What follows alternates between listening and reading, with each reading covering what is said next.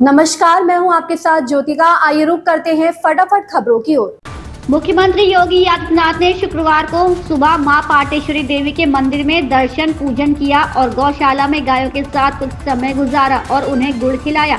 CM योगी जब भी बलरामपुर आते हैं मां पाटेश्वरी के दर्शन जरूर करते हैं। मुख्यमंत्री अलग अलग जिलों के दौरे पर हैं। बृहस्पतिवार को उन्होंने बहराइच और गोंडा जिले में कई कार्यक्रम व बैठकों में हिस्सा लिया और जनसभा को संबोधित किया।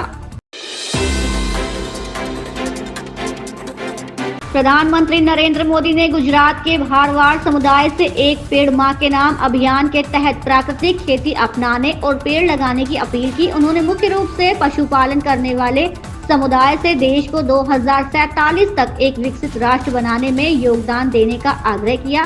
पीएम मोदी ने अहमदाबाद के धोलेरा तालुका के बावलियाली धाम में एक धार्मिक कार्यक्रम में भाग लेने के लिए बड़ी संख्या में जुटे समुदाय के सदस्यों को वर्चुअल माध्यम से संबोधित किया।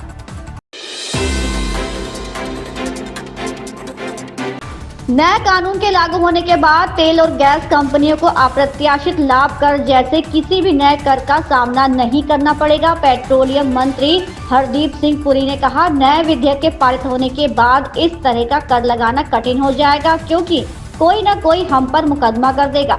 उन्होंने कहा कि तेल और गैस की खोज और उत्पादन में निवेश करने के इच्छुक निवेशक राजकोषीय स्थिरता चाहते हैं। नए कर जो दरें कम होने पर कम या शून्य मार्जिन की भरपाई किए बिना ऊंची कीमतों पर अर्जित लाभ को छीनने का प्रयास करते हैं, अक्सर बाधक होते हैं।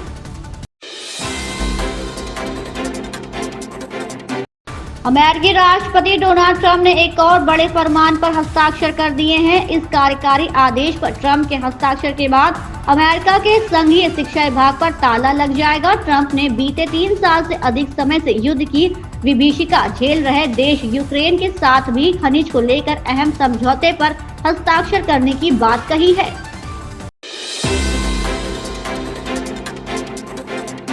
जिला अध्यक्षों के चयन में विपक्ष के पीडीए फॉर्मूले के पी यानी पिछड़ों को भरपूर प्रतिनिधित्व देने के बाद भाजपा अब डी यानी दलित का जवाब देने की तैयारी में जुट गई है। इसके लिए पार्टी नेतृत्व प्रदेश अध्यक्ष के चयन में दलित चेहरे पर दांव लगा सकता है। ऐसे कई नामों पर मंथन भी शुरू कर दिया गया है। कर्नाटक विधानसभा में शुक्रवार को हनी ट्रैप के मुद्दे को लेकर हंगामा हो गया। भाजपा विधायकों ने जमकर नारेबाजी की और कुछ विधायकों ने अपने हाथों में सीडी थामे हुई थी, जिन्हें लेकर दावा किया गया कि उनके पास हनी ट्रैप को लेकर सबूत है। इसके बाद कुछ विधायक नारेबाजी करते हुए वेल में पहुंच गए। इस दौरान विधायकों ने सभापति के आसन के पास पेपर फेंके। सदन में हंगामे के चलते विधानसभा की कार्यवाही स्थगित कर दी गई।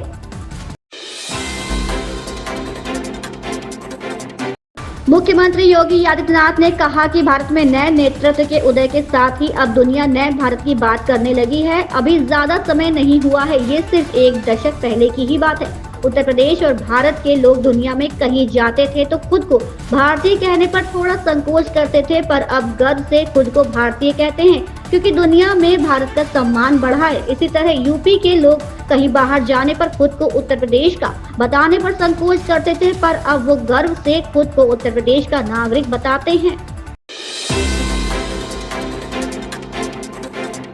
राष्ट्रगान के अपमान के सवाल पर बिहार में सियासी घमासान जारी है। पहले राष्ट्रीय जनता दल के सुप्रीमो लालू प्रसाद यादव ने सीएम नीतीश कुमार का वीडियो शेयर करते हुए उन पर जमकर हमला बोला। इसके बाद पूर्व सीएम राबड़ी देवी और तेजस्वी यादव ने विधानमंडल में विरोध प्रदर्शन किया। अब लालू प्रसाद की बेटी रोहिणी आचार्य ने राष्ट्रगान के अपमान के सवाल पर पीएम नरेंद्र मोदी से सवाल पूछा है।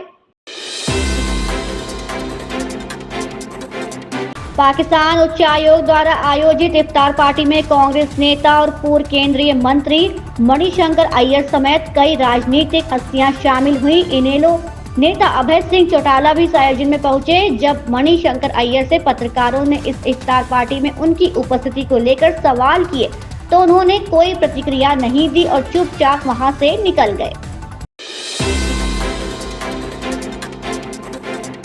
दिल्ली हाई कोर्ट के एक जज के घर से कथित तौर पर नकदी बरामद होने का मामला शुक्रवार को राज्यसभा में भी गूंजा। सभापति जगदीप धनखड़ ने कहा कि वो इस मुद्दे पर व्यवस्थित चर्चा के लिए कोई व्यवस्था ढूंढेंगे। सुबह के सत्र में इस मुद्दे को उठाते हुए कांग्रेस सांसद जयराम रमेश ने न्यायिक जवाबदेही पर सभापति का जवाब मांगा और उन्हें इलाहाबाद उच्च न्यायालय के एक न्यायाधीश के खिलाफ महाभियोग के संबंध में लंबित नोटिस की याद दिलाई।